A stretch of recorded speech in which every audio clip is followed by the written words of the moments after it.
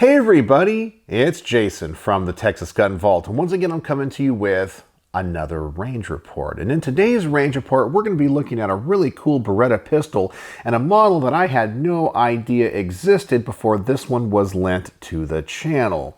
We will be taking a look at the Beretta 70S. And we all know about the 92 series of pistols and the 80 series of pistols like the 80X, 84, 85, and 86, but not a lot of people know there was a 70 series.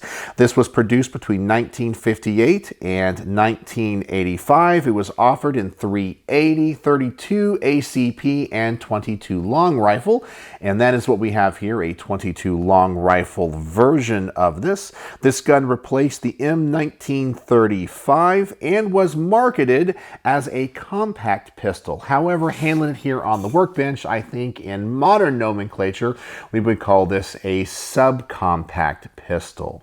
Now, this is a post-1968 example, and that is really important to denote because in the 1968 Gun Control Act, there were a number of features that guns must have had in order to be imported. And so they've modified this design from the older 70 series. So we also have adjustable sights, we have a rest for the thumb, and we also have a magazine safety disconnect. But I think this is the version of the 70S most American shooters are familiar with. So I'm really excited to get this to the range and see how it shoots. I love classic Berettas. But before we get this to the range and talk about all the things that I like and don't like, as always, I want to thank the people that make these videos possible. First and foremost is the owner of this really cool classic Beretta. His name is Jack. He's a local fan and subscriber. And so once again, Jack, thank you so much for lending the firearms of your collection for me to review and to bring all of this information to all of my viewers. I always want to thank my Patreon supporters because through their monthly donations and support, they help keep the lights on around here, and I could not do this without them. And if you guys want to join my Patreon for as little as $1 a month, you guys get to see all of these videos early. And as always, I want to thank my primary sponsor who provides the ammunition for these range reports and makes them financially feasible for me, my good friend Mark from Brownworks.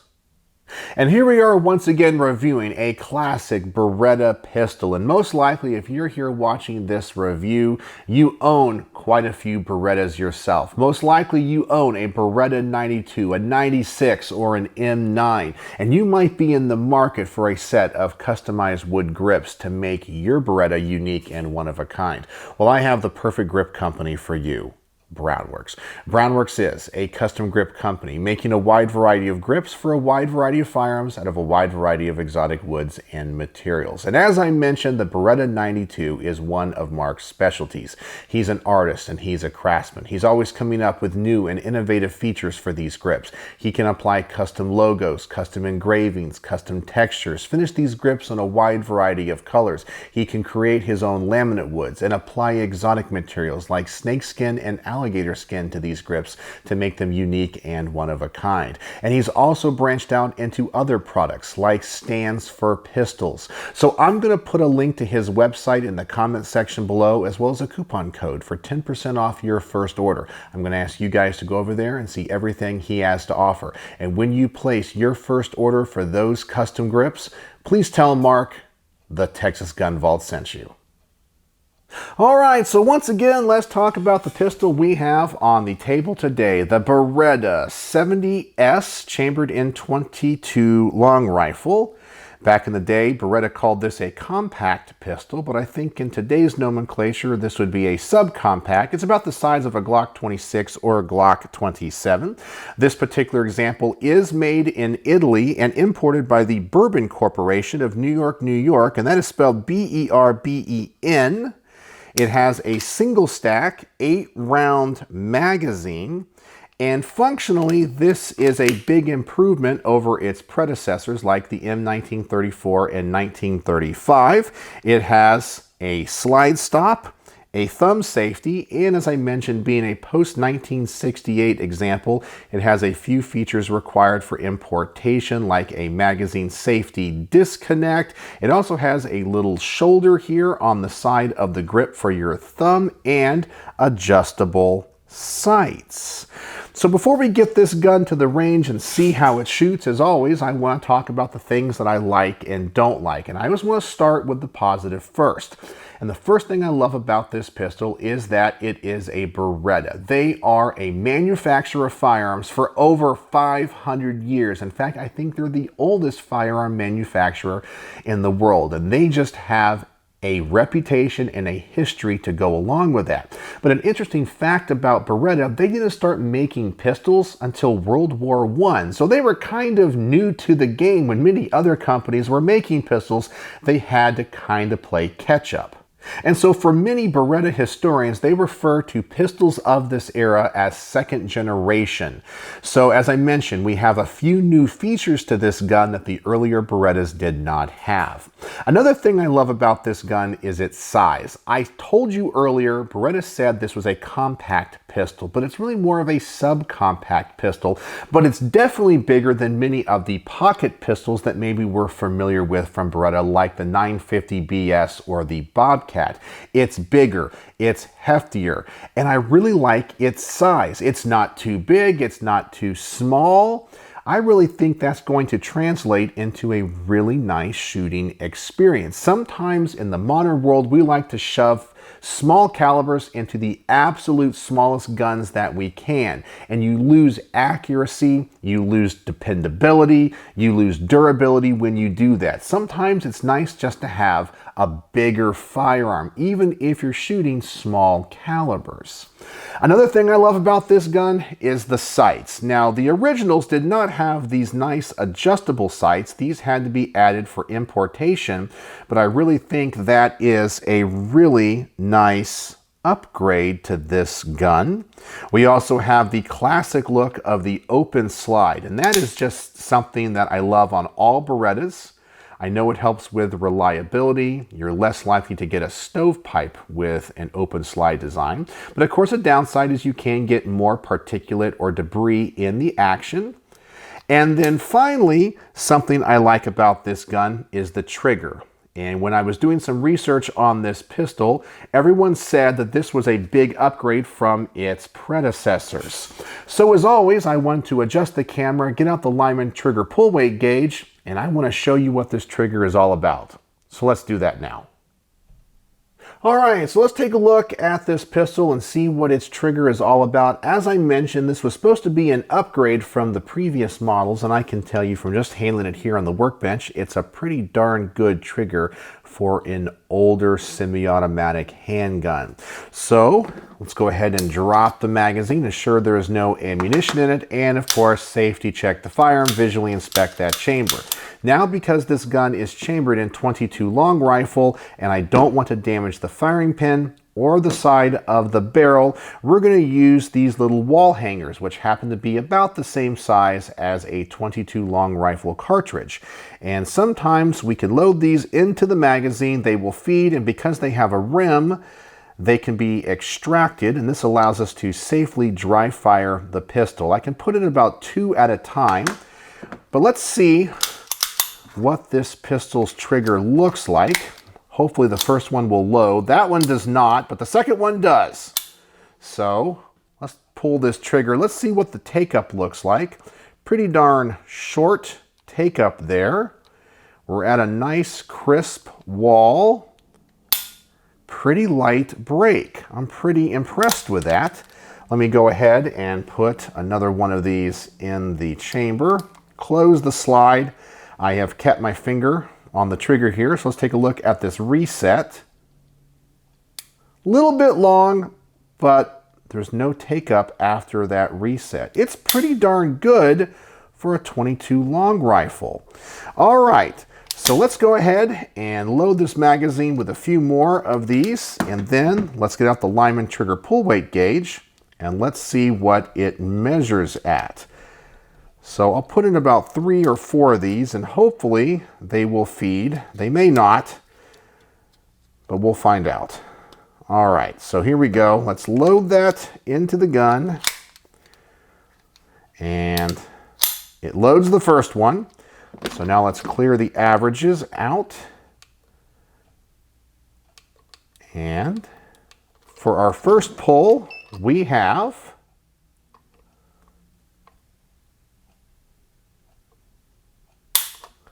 4 pounds, 15.9 ounces. And that one is not going to load, but the next one does. So let's try this again.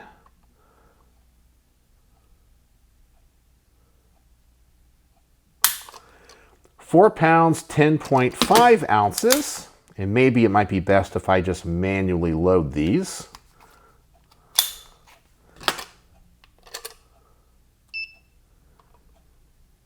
Our third pull, 4 pounds, 12.2 ounces.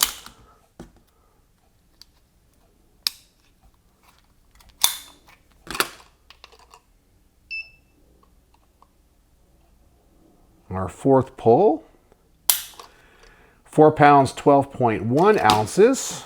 Pretty darn consistent. And then finally we have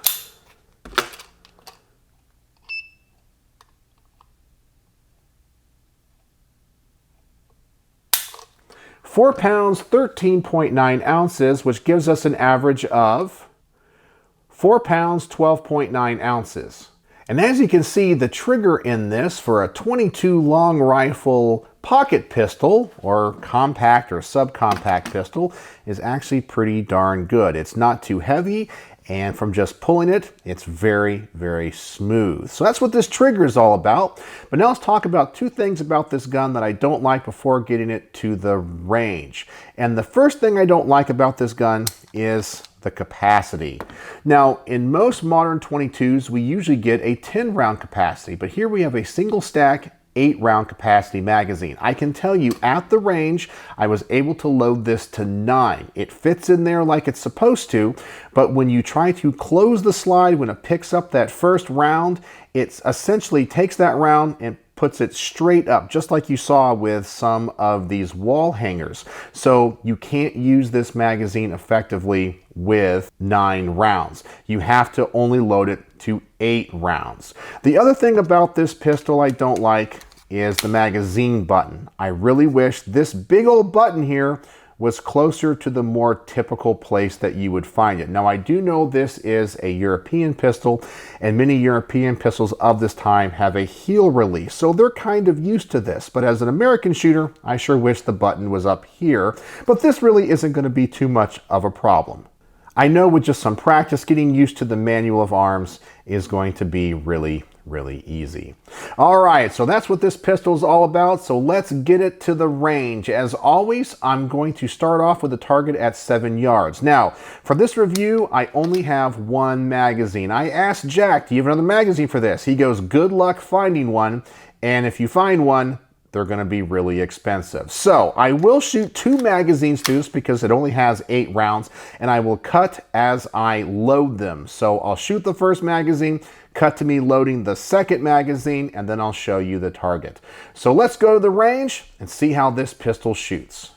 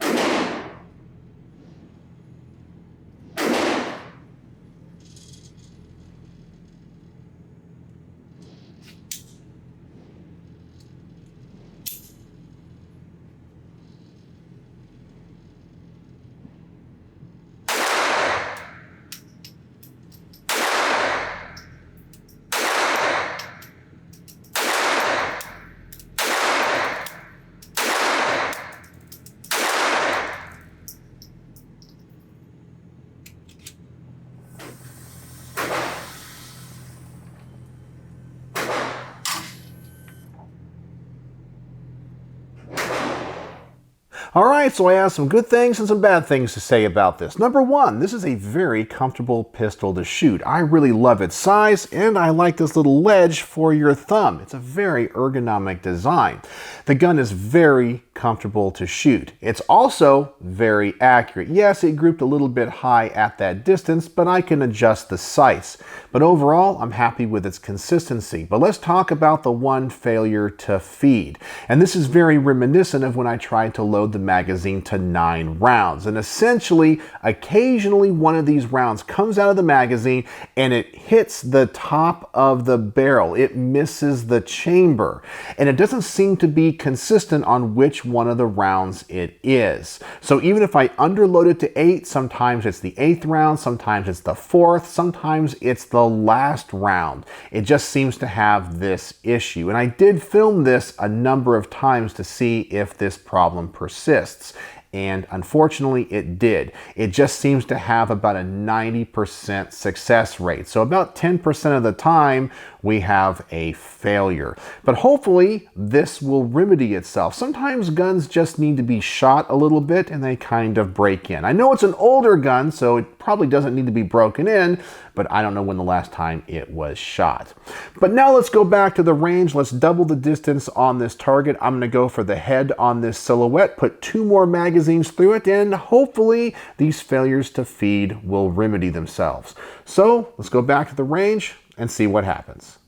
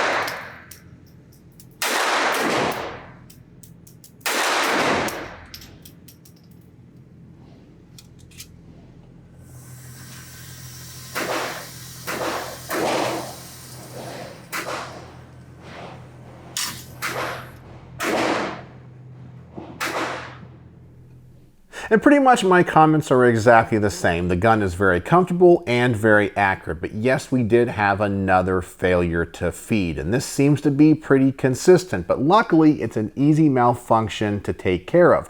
All you have to do is push that round down, the nose goes into the chamber, and the slide goes home. But we're just having this consistent failure to feed. I really wish I had another magazine to test it with, because it could be the mag and not the ammunition. But now let's take this gun out to 25 yards and I'm going to shoot this from a barrier or a bench. So far the gun has been very accurate for me, so hopefully if I take all of the human element out of the equation, we're going to get a great group at this distance. So let's go back to the range and see how I shoot this at 25 yards.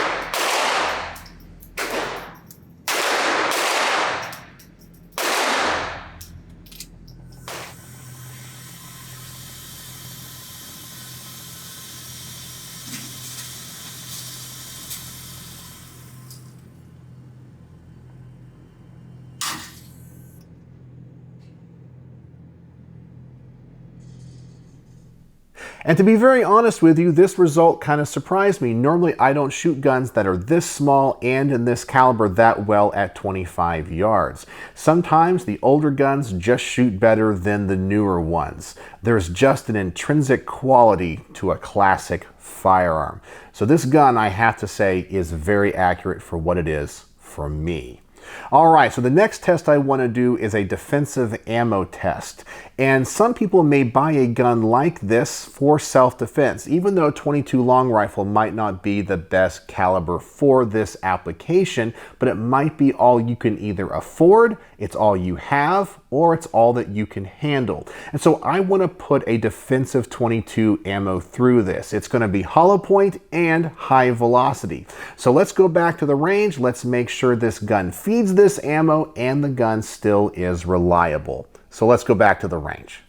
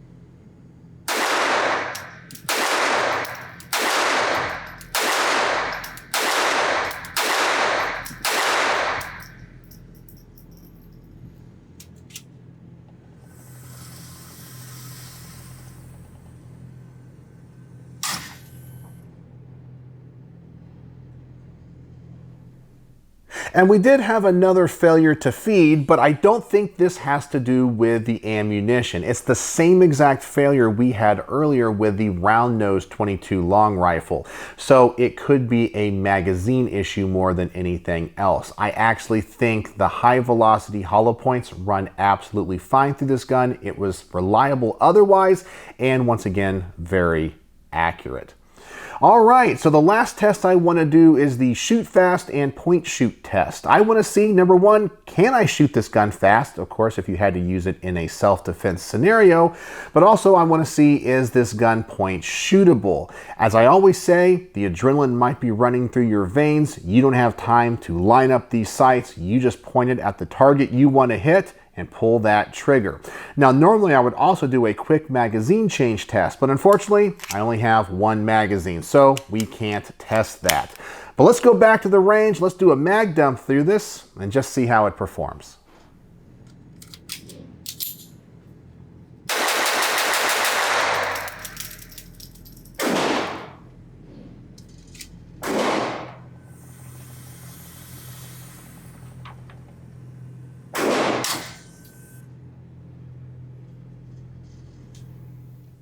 And as I mentioned earlier in this range report, this pistol has a great trigger. It has a short take up, the break is very crisp, it's very predictable, a short reset, and that's why I think I was able to shoot it so fast. I just wish I had a bigger magazine to shoot more rounds through it.